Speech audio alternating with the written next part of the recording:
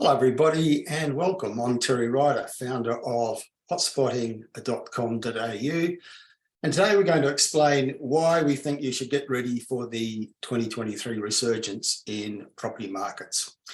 Now, to some observers, this may seem like a highly ambitious and perhaps unrealistic objective, given that the price data from some sources at least suggests widespread price decline is happening, and there's no shortage of economists wanting to predict further drops in property prices. And of course, interest rates keep rising. Well, the bottom line is I think the economists and many journalists have quite simply got it wrong. And so too does my special guest today, Danny Buxton, the managing director of the 000 Property Consultancy. Danny, welcome.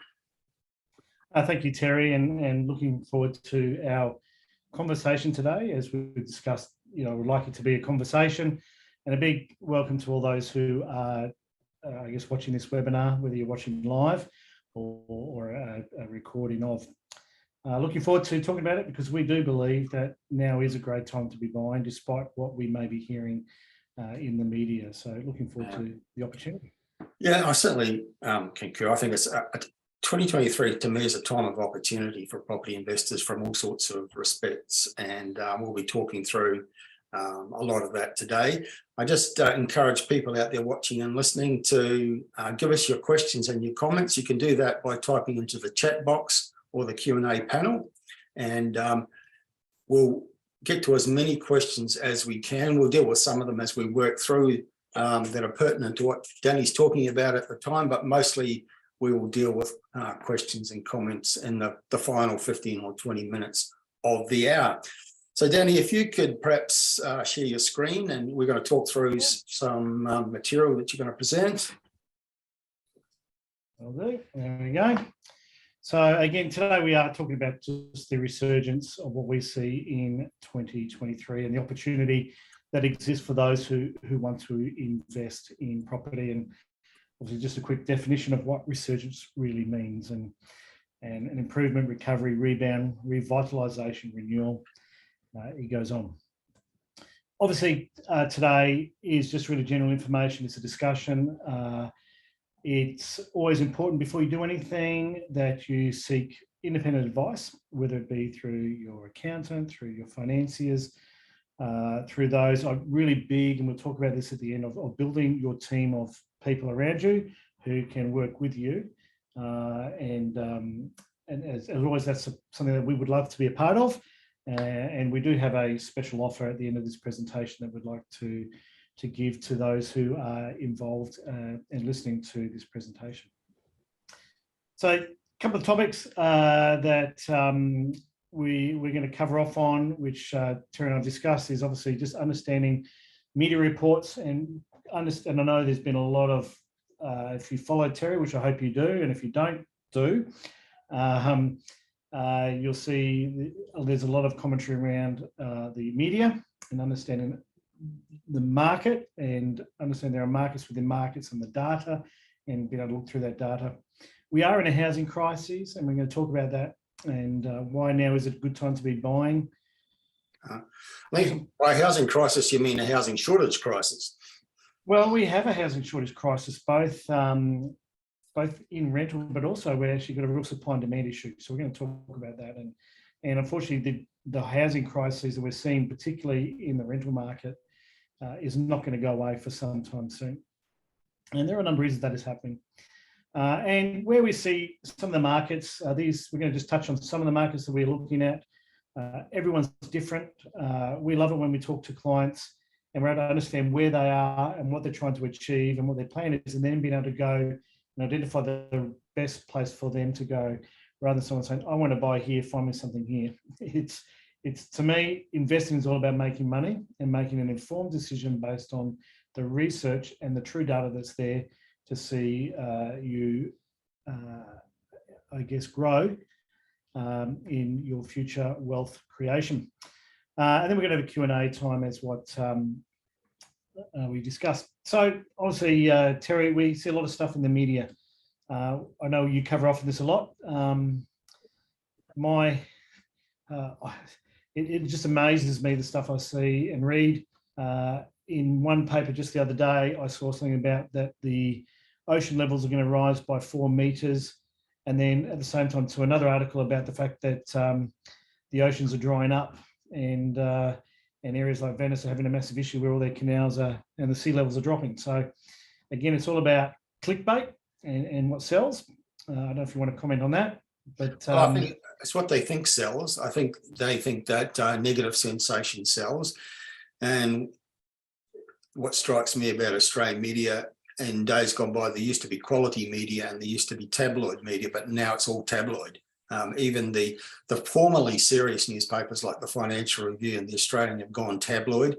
The ABC has gone tabloid. It's all about sensation and emotive language, and they're not too concerned about accuracy, fairness, balance, and providing good information for consumers. They just want us to click on stuff, and they don't care how much they scare us and alarm us. And I think people just need to be aware of the motivations that lead to the headlines we're seeing. And it's a long way divorced from reality in terms of what's really happening in property markets. Oh, look, I think you spent a whole hour just talking about this. It just reminds me, and I've used the example here of, for some reason, where are we here? Of Chicken Licken. And I don't know if anyone remembers the story about Chicken Licken, believes the sky's falling down and it's coming to an end when an acorn falls on his head and decides to go tell the king.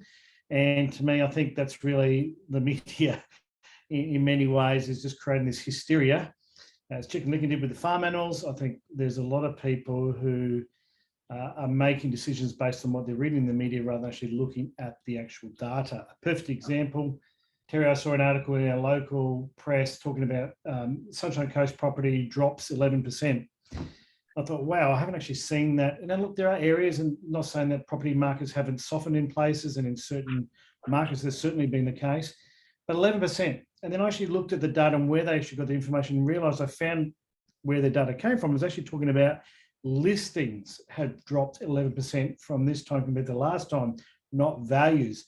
But it was just a one-liner in there which would easily be missed in their article. And it was all about alluding to property values. So I think people just need to be really careful and understand where and who's actually writing that article and their experience. And also the reality we find, Danny, every day, because every day we're delving into media, looking for information we can use to inform our research reports. And what we find happens to an alarming degree is that the headline doesn't actually reflect the content of the story. The headline will say something quite different to what the data on the story says. In other words, the headline's a lie to induce us to click on it. And it's amazing how many times that happens these days. But when you actually read the content of the article, you find that the information is not nearly as alarming as the headline would have us believe. And that's just one factor amongst many that consumers need to sift through and try and understand what's really happening with property markets at the moment.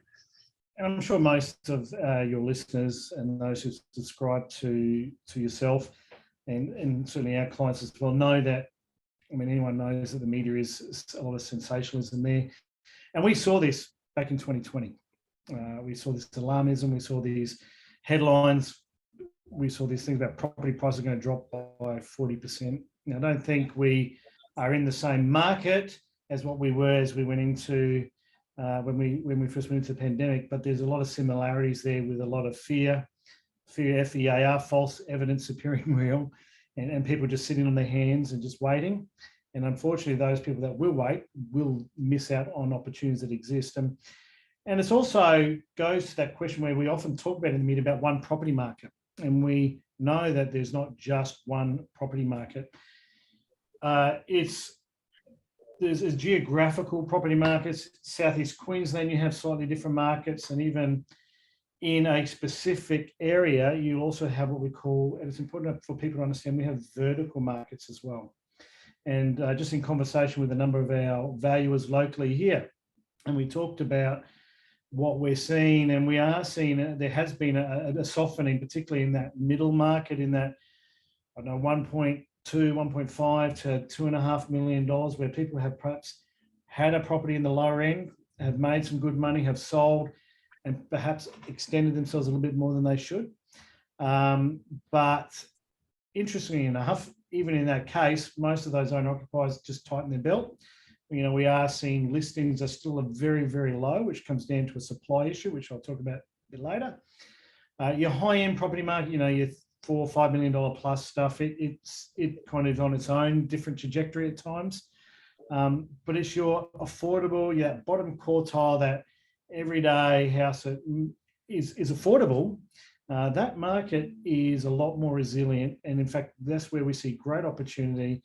We don't see that, and we're not seeing prices dropping in the areas that we're investing. In fact, if anything, and talking to one of our local valuers has actually seen, and they're reporting around about a 5% increase in just this quarter alone compared to last quarter, which was very flat. Yeah. We're actually seeing more and more data, Danny, actually depicting growth in markets. The media tends to focus on figures from CoreLogic, but there are other reputable, credible sources out there, such as PropTrack, Domain, SQM Research, the Australian Bureau of Statistics, and they have different data, and it's alarming the degree to which data from different sources differs. So the latest data from domain.com.au, which is one of the big national property websites, as people will be aware, for the most recent quarter, it showed that house prices actually rose in 5 of the 8 capital cities in the most recent quarter. Then we have the latest data for January from SQM Research, and it had a similar finding that house prices rose in 5 out of the 8 capital cities, and apartment prices rose in 7 out of the 8 capital cities. So there's actually growth happening out there, and even CoreLogic data in the last few weeks, their weekly prices index has shown growth in the most recent week and the week before. So we're actually starting to see a trend emerging where we're starting to nudge back into growth as a generalisation around the country. But what those figures also show is, there are markets that are rising while some are falling. And at the point you're making, we don't just have one market. We have different markets doing different things, and some of them are growth markets at the moment.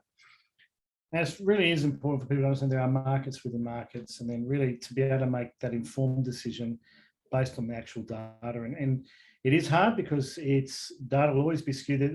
One of our favourite series or TV shows is West Wing, and I love one of the episodes is lies, and more statistics.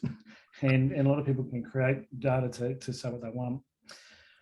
Look, at the end of the day, though, the property market is no different from any other market, with supply and demand forces having impact on property values.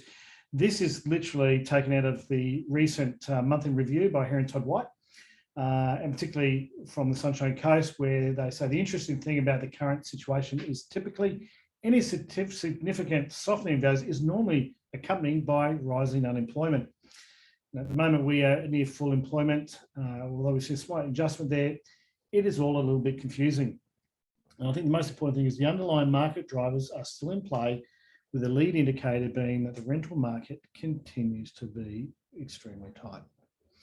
I don't know if you want to comment further on that, Terry, but... Well, yeah, I think we're getting far too much commentary from economists about the real estate market. It's not their area of a specialty, and I think that economists collectively don't have a very great or deep understanding of real estate market dynamics. They tend to think that the only factor in play is what's happening with interest rates. You and I know that that's not the case. There are many other factors, and the reasons why we think that 2023 is going to be a year that shows growth and opportunity for investors is that some of the other factors that are in play will, I believe, overpower the interest rate factor and deliver growth in selected locations. I'm also interested in the comments from Herald Todd White, because one of the problems consumer has, a lot of the commentary and a lot of the analysis, if you can call it analysis, comes from people with a vested interest in the message. I find that valuers are probably the most neutral people in the market. They're the people least likely to be talking a market up or down. They just tell it as they see it. I often say that valuers are too boring to be sensationalist. They're technicians who call it the way they see it at the coalface, and they're at the coalface every day. So I think if you really want to find out what's going on in the local market, talk to some of your local valuers. You'll get it straight. You won't get any hard sell like you might get from a selling agent. You'll just get the way they see it today, yesterday, last week in the market, because they're every day doing their jobs. Yeah. You just mentioned interest rates just a moment ago, which is obviously the big elephant in the room for a lot of people. And we see a lot of commentary about interest rates is what's causing property prices to drop significantly. But again, when I do a lot of my reading too, if you look beyond that, we also see that people have bigger savings than they've ever had before. They've got a lot of people actually well and truly in advance of their repayments. We still see mortgage arrears at really all-time lows. Anything you want to just briefly comment on that, despite the banks, the major lenders keep telling us that they're quite comfortable even in a rising interest rate environment because most of their customers, they say, are well ahead of their mortgage repayments. And only yesterday, because we're now in the reporting season, the banks are reporting their results. And yesterday, Bendigo and Adelaide Bank, which is the 5th biggest bank in the country after the big 4 banks, said the same thing, that the vast majority of their customers are actually ahead on their mortgage repayments, and a significant proportion of 2 years ahead on their repayments. They used the low interest rates period to pay extra and get ahead of their mortgage repayments. So they're comfortable in a higher interest rate environment. And that's the message that we are getting from lenders over and over again recently. So that's one of the factors that's keeping the market solid. The other thing is that the buffering system, when people are assessed for a mortgage, they're not assessed at current interest rates, they're assessed at current interest rates plus 3%. So most of the people who currently have mortgages were assessed at the higher interest rates. So they're comfortable. Which means the servicing has been reduced to some extent as well for some people, which then puts further pressure on that more affordable property than it does, because the people who perhaps might have had a borrowing capacity of over $1 million or $1.4 million 6 months ago, their borrowing capacity is restricted a little bit with the servicing that the banks have put in play, which then creates a high demand in that lower end. Interestingly enough too, though, we are noticing that a lot of people, not only are they ahead, but they're also being a little bit more strategic moving forward in what they're wanting to do with their investment. And there's also a flow-on effect too here with rents. Obviously, we're in a very tight rental market. You know, I've never personally, in 17 years doing what we do, and then being an investor before that, and even been back in the real estate industry back in the early 90s, I've never seen the rental market as tight as it is right now, not just in where I live, but in multiple markets across Australia. Well, it's because it's never been as tight, Danny. I mean, all the data, I think the data providers all agree that this is the tightest rental market on record since they started keeping records on vacancy rates. Most postcodes in Australia are below 1% now, and it's just never been that tight before. I think the key message, and this is the most pertinent information for investors, is it's going to get worse from a tenant's viewpoint. That is, it's going to get tighter before it gets looser, because there is no solution in sight to the shortage, but there is extra demand coming into the market, big extra demand coming into the market for rentals. So it's rents are going to keep rising, yields are going to keep rising, and that's a great compensating factor for investors in an environment of rising interest rates. And from a rental cost, look, it's no one wants to see people unable to find a place to live. Everyone should be able to have the right to be able to put a roof over their heads. And but we are behind in government policy in this process. I think there's been this constant attack from certain groups to have a go at investors because they're rich, wealthy people who are trying to who are creating the increase in rents, but it is a supply and demand issue. We are seeing less people. We've seen a lot of people who, well, we saw a bit of a panic last year with we had this conversation back in July when we had our last webinar, and we were talking about the Queensland land tax. And we were both very adamant that it wasn't going to happen, but unfortunately people panicked with the media and what they were seeing, and a number of people sold their properties perhaps even below their true value. Now we're seeing there are some people who are reacting in a negative way, but interesting enough, those who are investors who are maximising their returns, who are selling their properties, they're not being bought by other investors, actually being bought by owner occupiers. And so it's actually creating a shrinking rental market. And we need to be building more and creating more investment properties rather than attacking people who are trying to get ahead. Most people who invest, as you would know, are mum and dad investors. Will have one or two properties. And we've got this thing called migration that's about to happen, or is starting to happen from external. We've got internal migration pressures, but as the borders, international borders are opening up and students coming back in, we've got a major issue on our hands. And it's, as you said, it's only going to get worse, and particularly here in Queensland, where if you look at the information that's put out, we're in Queensland receiving probably some of the biggest growth in that area. Yeah. So look, agree. I just think it's a major issue. Rents are not going up because of interest rates. That it's actually because of the demand and supply issues that we're seeing. It doesn't matter how high. It really doesn't matter, Danny, how high interest rates go. Investor owners could not put up their rents just to compensate for higher costs, only if the market will sustain it. If the supply-demand equation allows rates to rise. The mechanism by which rental rents are rising is mainly when you have an open house for a rare vacant property. There's a queue of people at the open house, and someone will offer more than the asking rent. That's a common factor around the country, and that's one of the mechanisms by which rents are rising.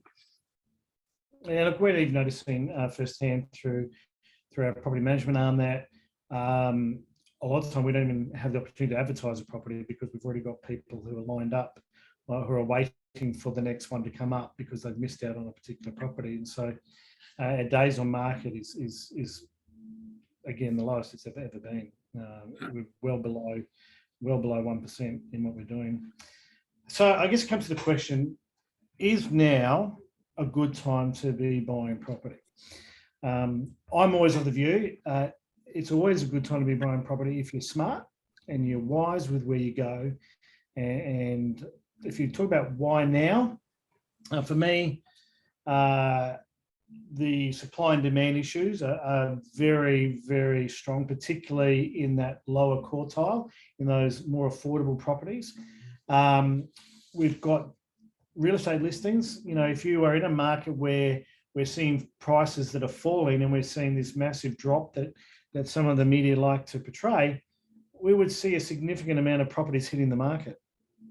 That is not the case. You know, we are still at very low listing rates. I think we are going back into a more normalized property market, but we've got decreased listings, which has created an issue with supply. We've got increased migration, which we talked about, which is increasing demand. As we've talked about, this rental crisis that we have. Interesting to note, and a lot of people probably don't notice this, but we also, I think there's a great opportunity right now where we can find vacant land that is registered or about to register, because land costs and the cost to build and create land for development, which we need because we have an undersupply of properties, is rising, is about to rise significantly because the cost of construction that we've seen in the building industry, when you're developing land, you're building. There's massive infrastructure that goes in underneath that block of land. Concrete, the amount of concrete and steel that goes into a land development is significant, and those costs are going to go up. And so we're already listening and talking to developers in future releases. Just their base cost has increased and will be reflected in pricing. We have some opportunities that we've been able to secure where we're seeing some land that is based on previous pricing that we're able to secure and present to our clients. There's an opportunity for buying below, where we're seeing that what we call that effortless advantage is a term that's coined by numerous people, where just getting that immediate uplift through developing that property, through building a property and putting that property there. The other issue too is there are people who are quite fearful about building because of what's going on in the building industry, which I'll talk about in a moment. But there's also even though build costs have stabilised, or what we think have stabilised, there are changes to legislation that is occurring in a lot of the areas to do with requirements for disability or providing the home to be more accessible for people. Change the legislation to do with changes to your energy efficiency and how that has been now to get a 7-star rating. All these other boxes now are required, which is then adding anywhere between 3 to 5% to the cost of a house. So if you've got a house, $300,000, $400,000 build, that can add $20,000 just in those changes to legislation.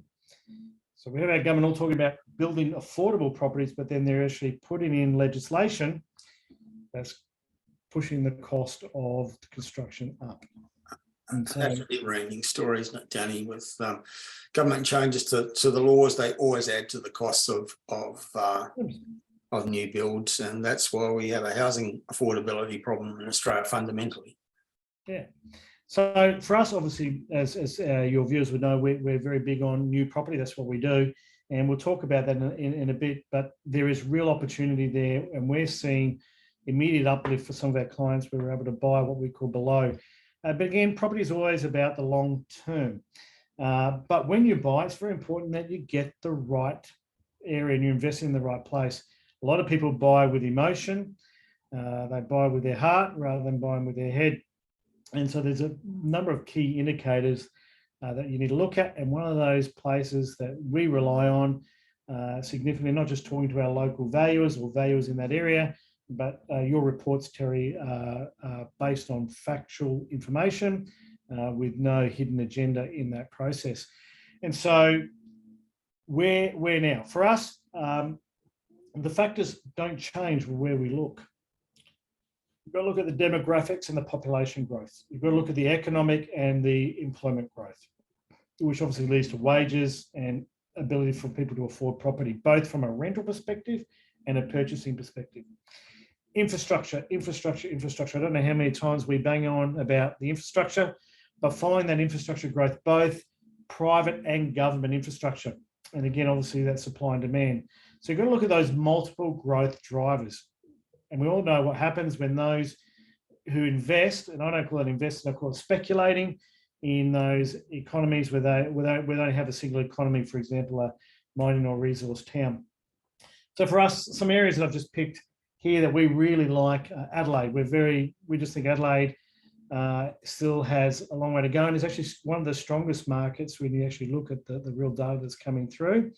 And Terry, I'd love for you to comment on some of these places. Sunny Coast, Brisbane, obviously with the Olympics and what's happening there with over 7 billion. Well, they say 7 billion. I think that will blow out significantly.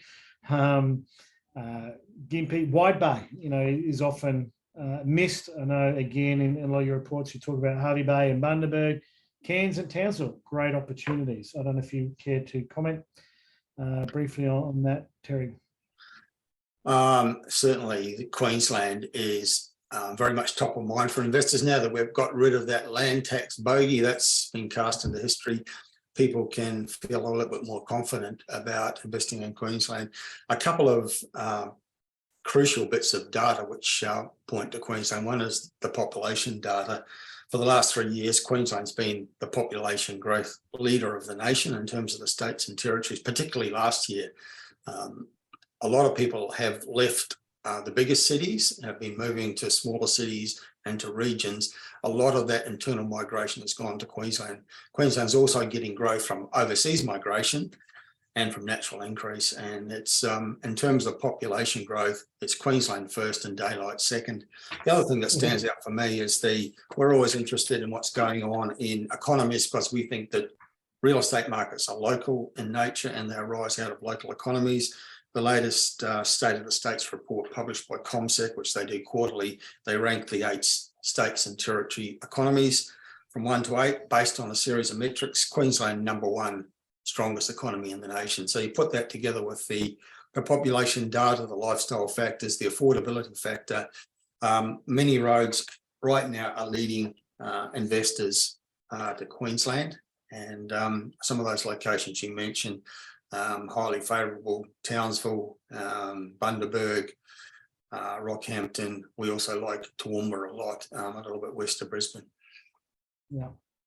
I mean, South East Queensland, I mean, people can read this, but there's already 75+ billion infrastructure projects that are in the pipeline or in progress. Then you've got the 7 billion government commitment to the Olympics. I mean, this is a 10-year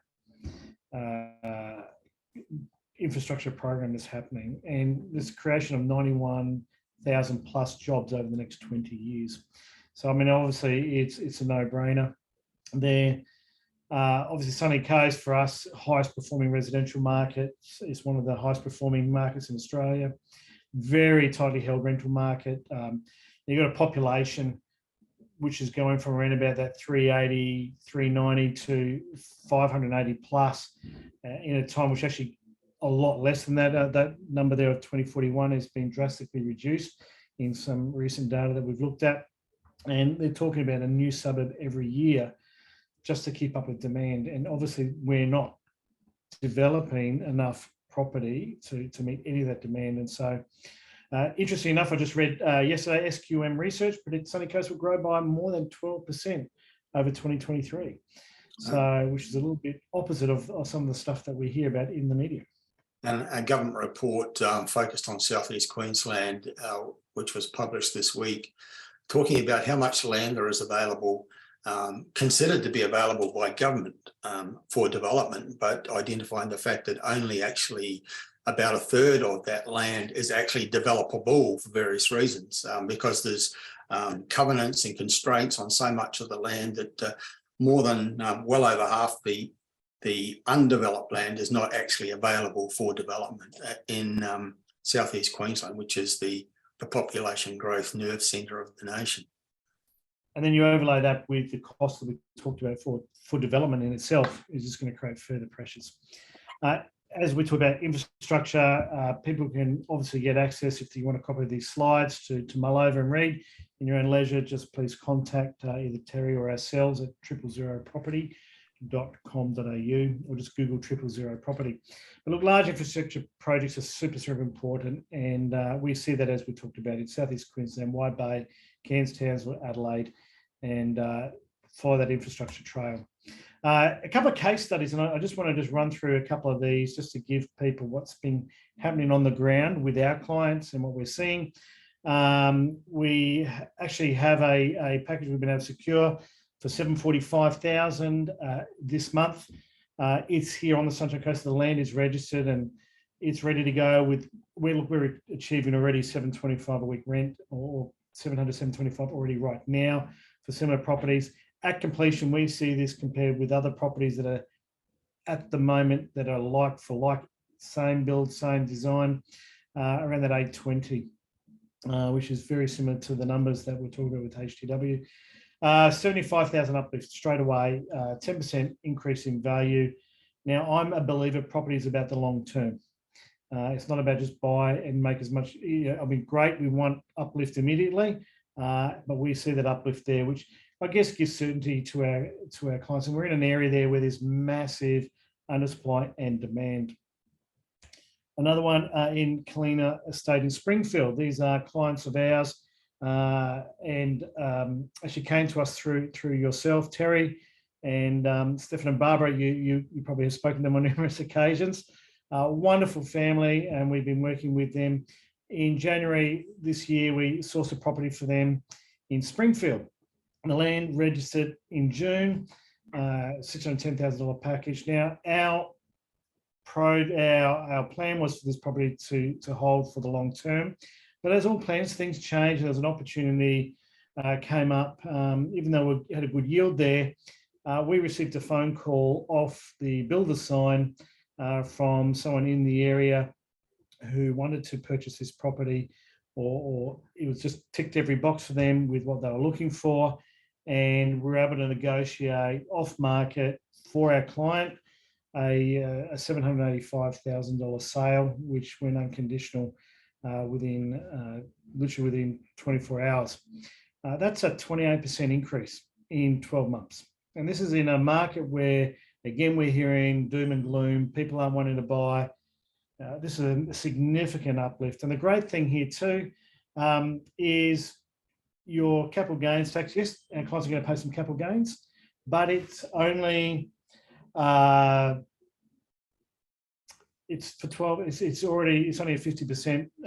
They get a 50% discount because they signed contracts back in January, and then they signed contracts in February, so greater than 12 months.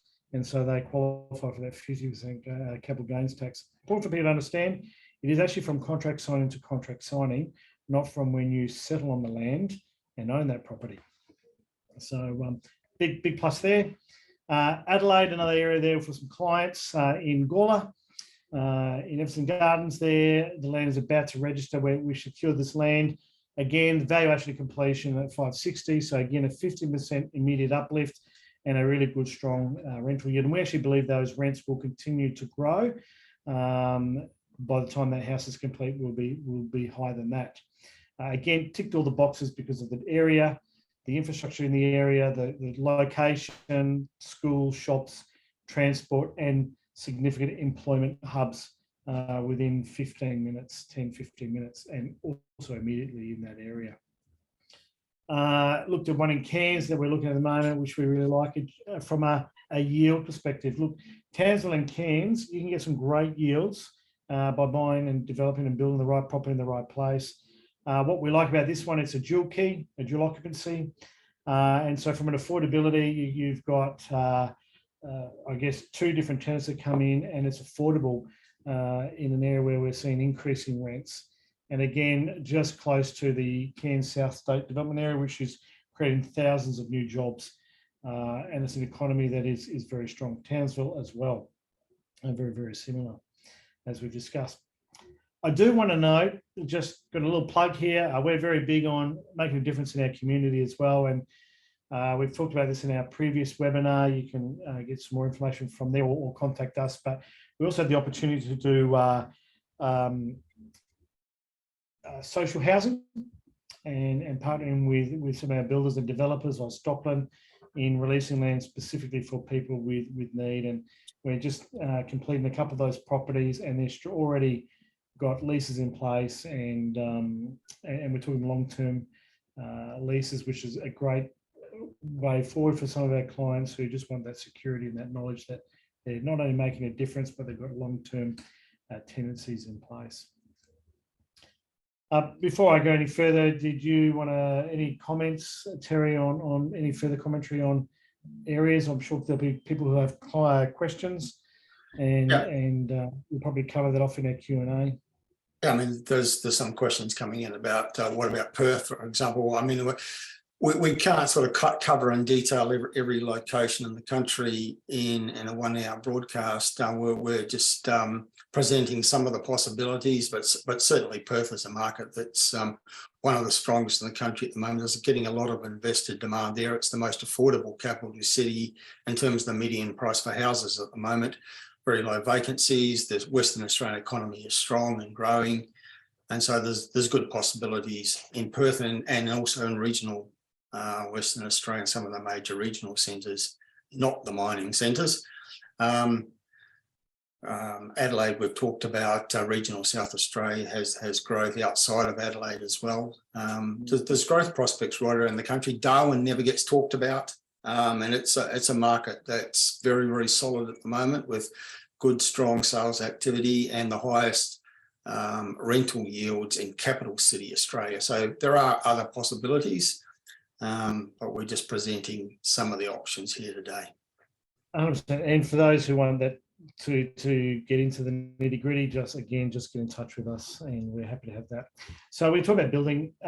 This slide's been up there for a little while. You all can read that, but really it's more important than ever to have the right builder. Again, I just heard a report of another major builder going into administration yesterday, which is going to have a significant impact on, unfortunately, many families. So for us, we're very careful with who we work with. Make sure you know your builder. Make sure you know their financials, their quality, how long they've been in place, understand their build footprint, Important to know what is and what is not included. That's what we do at 000. That's what we do, and we manage that process to ensure the best way forward for our clients. And before we go into our Q&A, I just really want to talk about, I love quotes, and Warren Buffett said, someone sitting in the shade today because someone planted a tree a long time ago. And look, I think property investing is very similar. I think a solid investment strategy should be as interesting as watching grass grow, or a tree, as this analogy. It's a long-term investment. You don't plant it today and expect shade tomorrow. And if you plant the right seeds in the right conditions, time will work its magic and you'll actually have a tree. If the tree isn't growing, digging it up and moving is really the solution. And it's the same with investing. There's no quick fix when it comes to building and growing your wealth over time. It's about planning, but importantly, it's also about doing. And we notice a lot of people like to talk and attend lots of webinars and gather lots of information and resources, but actually never move forward. I talk about being positive, proactive, and responsible. If we have a negative mindset and we just focus on the negatives, you're not going to move forward. You've got to be proactive. The opposite of being proactive is being inactive, sitting still. But we've also got to take responsibility. We can't change what we've missed out on or what's happened in our past, but what we do today determines our future and where we go. So maybe also like that quote from Warren Buffett, although I don't adhere to greed, but he says, when everyone else is greedy, be fearful, and when everyone is fearful, it's time to be greedy.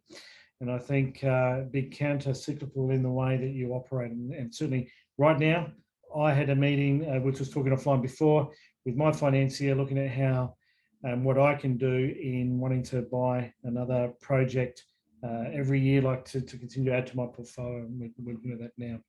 But Q&A time, and then we can go in and just finish off. Terry, you've got some questions there, no doubt.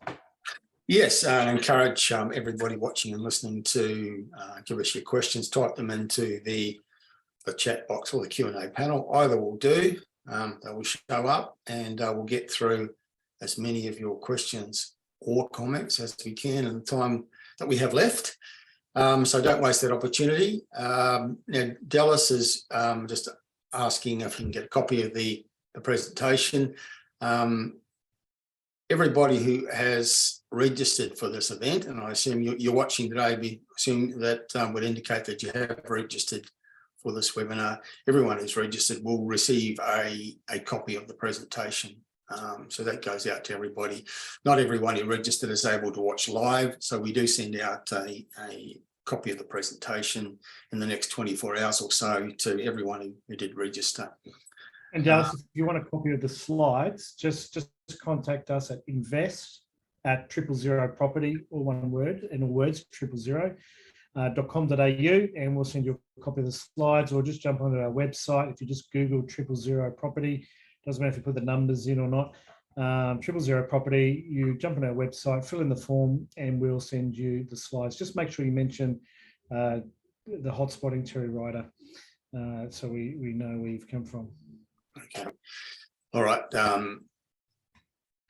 Now, anonymous attendee, curious why no mention of WA in terms of structure. We did subsequently, I think, touch on Perth and Western Australia.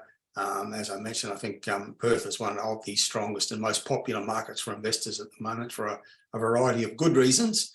And there are locations outside of Perth as well. Not a lot, but because we are very cautious about regional markets that are fundamentally about the resources sector, because they're very volatile and high risk. But there are more well-rounded economies in regional Western Australia, such as Mandurah, which has been a very strong market for the past 2 or 3 years and still getting good demand. Bunbury is in a good space at the moment, and Geraldton's another that's really starting to come into its own. So those are 3 major regional centres in Western Australia that have solid economies, growing populations, and they offer affordability as well. interesting comment there from another anonymous attendee about the quality of the properties that are on the market, and perhaps the price drop is partly due to the quality of those properties. Not really sure I can answer that question. I don't. I think sometimes there are circumstances why people do put properties on the market, and it could be changing circumstances, which is out of their control, or fear. But price drops due to quality. I'm sure that during the hype and the FOMO, there are people who were buying without really doing their due diligence. And there was always a risk. And again, if you go back to previous webinars that we've held, we talk about that. You know, now even then we say you've got to be really careful with what you buy. You don't just buy anything, because you can buy the wrong sort of property or the wrong type of property. And I think perhaps that could be an issue there. I'm not sure what your views are. Well, I think I'm not sure if this is what the questioner is driving at, but as a generalisation around the country, the really top end properties are the ones that have come off the most in terms of price. The locations that were paying absolutely top dollar, including some of the very high profile iconic regional locations like Byron Bay, for example, where the price growth was just insane for a couple of years, and that's come back quite a bit. So what we are seeing around the country, and again, it's a generalisation and it's different from one market to the next, but in markets that have dropped a lot, including Sydney, it's mostly the top end that's dropped the most, and the more affordable areas are still getting strong demand, because this is a market in which people are chasing affordability, and the interest rate environment dictates that more and more, that people are looking for value for money in those lower price ranges. So we're still actually seeing good buyer demand in major cities where the median price may have dropped, giving the appearance that the market overall has dropped, but in actual fact, in the cheaper price ranges, demand and pricing is holding up pretty well. That's a really, really good point. And just to go on about median price, how is it that we just see this constant change? How do they measure the median price in a suburb? Because it can be very confusing. You know, I live in an area which has waterfront properties. It has properties that aren't waterfront. It has older properties that are knockdowns. And one month you may have a number of properties that are sold for a very high price because of their position in that suburb, as opposed to, you know, just down the road up, you know, where they're on a dry block, which is a knockdown. And that can have a big difference in the fluctuation of that median price for that suburb. Yeah, median prices are kind of used and abused in media quite a bit, and misunderstood, I think. A 10% rise in the median price doesn't mean values across the region are rising 10%, nor does a 10% drop in median price mean that values are falling 10% across the board. It can merely reflect the type of properties that are being bought or sold in a particular time span. But the median price is simply, if you list all the sales in an area in a month, from the highest to the lowest, the median price is the one in the middle of the list, that's all. And if there's a lot of top end properties sold at a particular point in time, that would tend to lift the median price. And if we're in a market where more people are buying at the lower end of the market, that would tend to bring down the median price.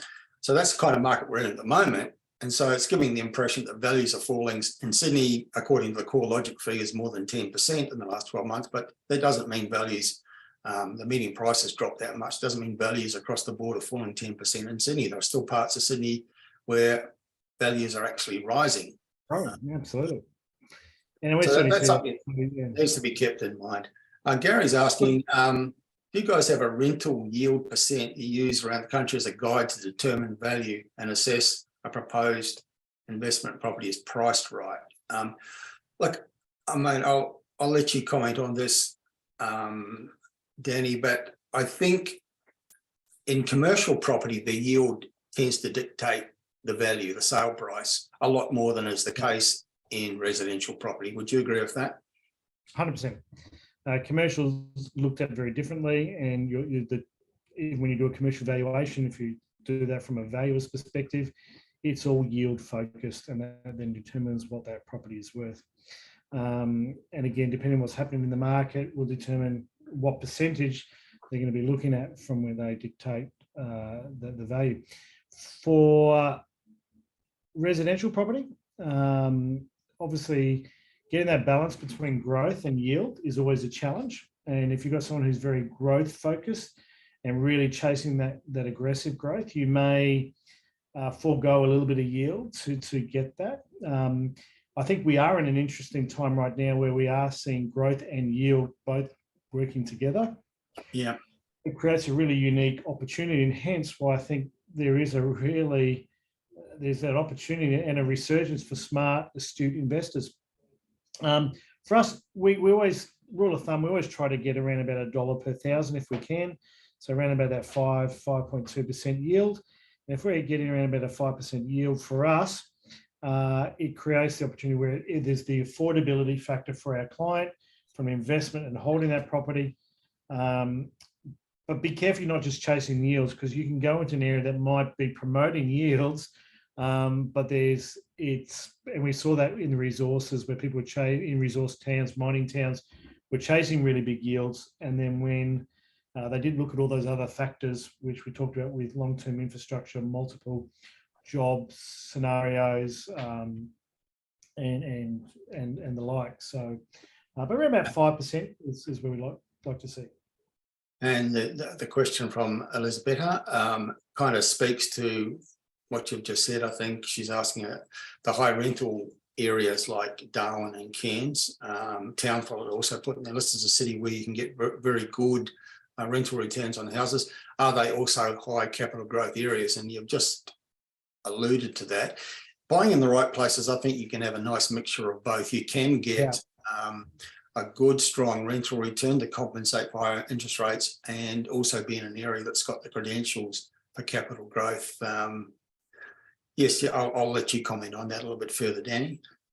Well, again, it's just buying smart and being very careful with where you buy, and not just buying with your head, and building and having the right people around you to make that right decision, because you can buy with yield and get the good yield and get the growth as well. Your growth might not be as aggressive in where it's going. And I do think a place like Cairns and Townsville, you're going to be buying, as long as you're buying and it stacks up from a valuation perspective, I think you can be very comfortable that it's a good investment, particularly if you're getting those sort of yields, and will continue to grow over time. Going back to that analogy about the tree though, property investing is long-term. If you buy smart and you buy right, you will get good long-term growth in that property over time. Yeah. I also want to introduce another factor for people to consider when they're thinking about yield. I think, don't just think about what the yield is. If you're buying today, and it might be a 5.5% yield, which is pretty healthy, think about what it might be in, say, 2 years' time, because we're in an environment where vacancy rates are incredibly low and rents are rising strongly with no remedy to the shortage in sight. And so there's a very good prospect that if you're buying a property now with a 5.5% gross rental return, in a couple of years' time, it might be above 7% based on what you paid for that property. So keep that in mind, that you might, it might be just barely breaking even now, but in a couple of years' time, it will be probably positive cash flow, with the added prospect that probably in a couple of years' time, interest rates will have come down again. Yeah, look, we're getting great. We've certainly, that's been experienced for all of our clients where, we will say, hey, based on today's market, particularly if we're building, we can only say this is what it's going to rent for, because we don't have the full crystal ball. We know, and we're pretty confident where things are going, but if we work on where today's figures are, knowing, and often by the time, for example, that example in Springfield, our rental appraisal initially was around, $595, or actually $575 off memory. So to be able to then achieve that 650 is or would have been a great result. Certainly our clients, Gympie is an area where we see opportunity, and we're seeing clients also where initially we're looking back in the day around that 450 to 500 a week rent, 525, and now getting 600, 625 a week rent. So the yields are far in excess of what they achieve, plus they've got the growth. So it's very important that you take all that into play. Again, be careful you're not buying though with your emotion and what you like. you buy to make money. And both of us have property that it's not necessarily what I like or where I want to live, but it's where other people are happy to live and where I'm going to get a good return, I'm going to get that growth, and it ticks the box for me. And just continuing the discussion about rents and rental yields, Rob was asking, what's the best way to get a rental appraisal? Yeah, talk to a really good local agent, and depending where you are, we can certainly put you in touch with those. We do that here. We do our research. You can look at RP data, and you can get information there where you can access, or even just doing a realestate.com and go on and you can look at what has rented, and it gives you a bit of an idea, or what's sitting there for rent and how long it's been on the market will give you a good idea. But talk to a really good agent who's got their hands on the ground, who's working for you. We do see there are some property managers out there who, it's just, they're quoting above market rents just to get someone into their rent roll, and then they'll sell that rent roll down the track because there's value in a rent roll. Just make sure you're working with a property manager that understands investors, has an investor mindset. It's not just they're propping up their sales or their real estate business. Yeah, I think, a good property manager, and I do stress a good one. I mean, when I buy, I always use a representative, a buyer's agent, and they usually have contacts that they know and trust, and a property manager that will not only give you a rental appraisal, but also give you an assessment about is this a good property investment? Would it be readily rentable? Do you see problems? A good property manager would say, like, I wouldn't touch this with a barge pole for XYZ reasons, rather than try and just grab another, because they don't want a bad property in their portfolio as property managers either. So, property managers with local knowledge is probably the best way to go. And that's what we do. Part of our research is on the ground talking to local agents. And when we went to Adelaide, it wasn't just looking at the data and information, but being on the ground, physically there, having those conversations and understanding the challenge. And also that helps you make sure you've got the right design to maximise your rental return. Yeah, and we'll just come up to the hour, so it might be time to start wrapping up. You got some final thoughts to leave people with before we... Yeah, look, obviously that slide that is up there is obviously the right process for success hasn't changed and doesn't change and should never change. It's about getting all those ducks in a row, as we say. In every presentation I do, this slide is there, and it's there for a reason. Start with the end in mind. Know what it is you're wanting to achieve. You don't hop into a taxi and just say drive. You need to have a destination, a goal, and a purpose of why you're doing this. The goal and purpose, because that helps push you and keeps you focused on what you're wanting to do. You've got to have the right mindset, which I talked about. Building your team, whether it be from a financier, legal, utilising ourselves as a building broker, buyer's agent. Get yourself market ready. So when the opportunity is there, you do something. And I talk about do. We do listen to a lot of people, and we talk to a lot of people who go, yeah, I want to do this, I want to do that, but maybe next year or maybe the year after that, or we have a lot of conversations but never actually do something. And time again, we end up having that conversation 2 years down the track with them. And a lot of them say, why didn't you push me? Why didn't you force me to do something? I can't force you to do anything. It's completely your decision. We're just there to hold your hand and guide you and protect you along the way and give you the information so you can make the right decision. So you've got to buy smart and future-proof that investment, build your team, build your portfolio at the same time. Okay. A big part of that is getting those reports from Terry, which obviously leads on to our next slide there, which you can see. Sorry, there you go. Which is our special offer there. Get in touch with us at 000 Property, and you can just get on the website, just Google us or contact us, and we'll organise a free obligation, no obligation consultation. So just understand what it is you're trying to do, point you in the right direction. If we can help you, great. If not, great. We're happy to at least give you some resources so you can make the right decision. We're here to help.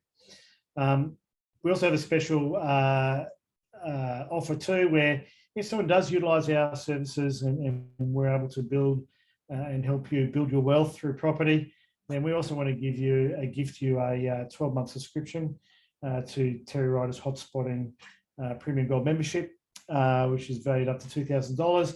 A number of our clients who've come on board have really enjoyed this and utilised this. And even if you don't use us, subscribe to Terry's. You're not paying me to do this, Terry, but they are very worthwhile and a source of great information. Thank you, Danny. And easiest way, if anybody wants to follow up and get in touch with you, there you go. There you go. Invest at 000property.com.au. Even if you just Google 000 property, our website should pop up.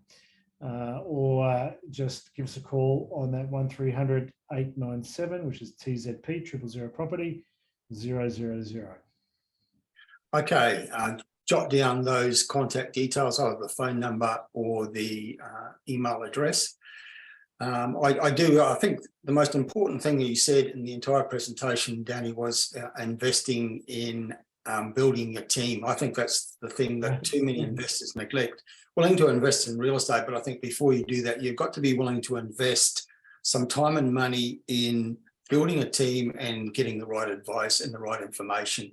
And if you do that, you're more likely to get a good result, the result that you're looking for, which is an investment property that ticks all your boxes and grows in wealth. Thanks for a great presentation, Danny.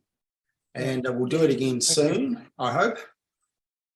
No, absolutely. Look, we just love to work with clients. We love the fact that many of our clients come back again and again and again because we're getting the results. But thank you for everyone for listening. Thank you, Terry, for the opportunity to talk, and I look forward to continuing these conversations and discussions in the future, and excited to see what we're going to be talking about in 6 months from now. Yeah, well, hopefully our forecast that this is a year of opportunity and a time of market resurgence will be borne out by that time. I think it will be. Okay, everyone, thanks for participating. Thank you, Danny Buxton from 000. Bye for now. Thank you.